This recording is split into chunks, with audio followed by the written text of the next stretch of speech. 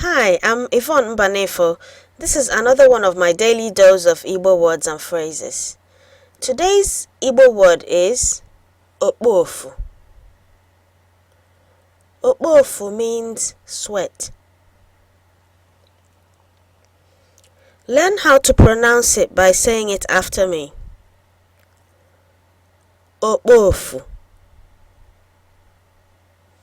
Okpofu.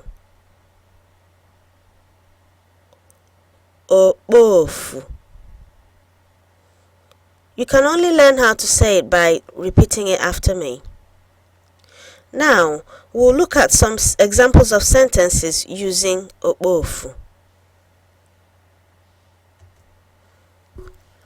Okpofu na-eme ada.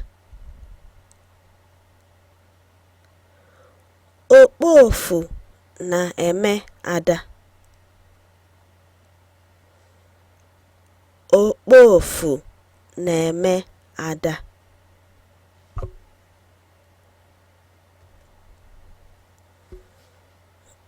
Okpofu na-enye ya nsogbu.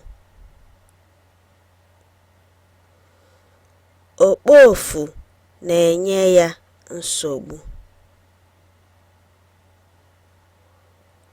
Okpofu na-enye ya nsogbu.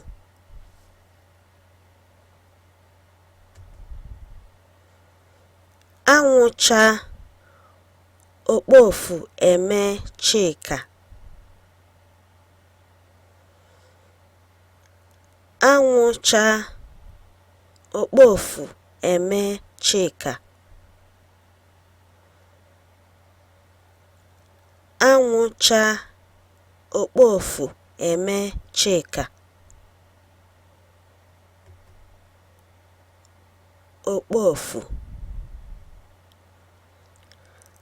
I'm Yvonne Mbanefo, and that was one of my daily dose of Igbo words and phrases.